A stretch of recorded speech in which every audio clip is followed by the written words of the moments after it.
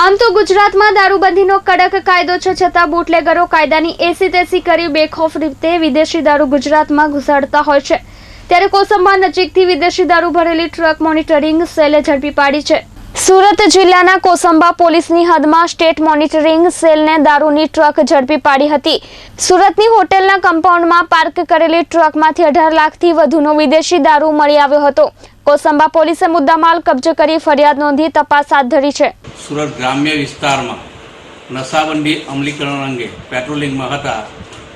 અમારી સાથે અમારા PA police inspector Shri LB Dabhi તથા હેડ કોન્સ્ટેબલ દેવરસિંહ જોર્જ તથા હેડ કોન્સ્ટેબલ શૈલેન્દ્રસિંહ ફરતા અમે કોસંબા પોલીસ સ્ટેશનની હદમાં આવતા સુરજીત હોટલ પાસે અમે રોકાયા। દરમિયાન પાર્કિંગમાં ઊભી કરેલી ટ્રકો બાબતે એક ટ્રક જેનો નંબર GJ518X 9235 પર શંકા જતા એના ડ્રાઈવરને બોલાવી પૂછપરછ કરતા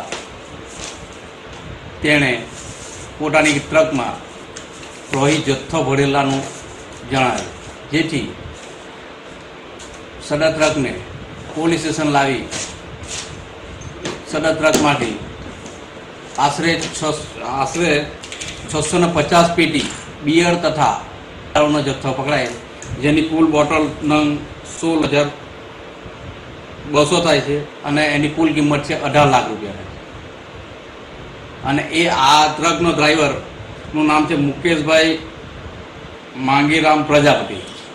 આ ટ્રક ક્યાંથી ક્યાં જતી હતી? આ ટ્રક એનું કેવું છે દમણથી ભરી લાવી અમદાવાદ ખાતે લઈ જનાર હતા। આમાં કોઈ વોન્ટેડ અત્યારે પૂછપરછ ચાલુ છે। દમણથી વિદેશી દારૂ ટ્રકમાં ભરી પોલીસની નજર નહીં પડે એ માટે તેલના ડબ્બાઓની ઓથમાં લઈ જવાતો હતો। જો કે પોલીસે બાતમીના આધારે રેડ કરીને ટ્રકમાં જોયું તો તેલના ડબ્બા હતા। પોલીસે ડબ્બા હટાવતા જ વિદેશી દારૂની હેરાફેરીનું નેટવર્ક સામે આવ્યું હતું। આ દારૂ દમણથી અમદાવાદ લઈ જવામાં આવતો હતો। આ દારૂ કોણે મોકલ્યો છે અને કોને આપવાનો હતો તે અંગે પોલીસ તપાસ કરી રહી છે। નિર્મલ પટેલ, S24 ન્યૂઝ, કોસંબા।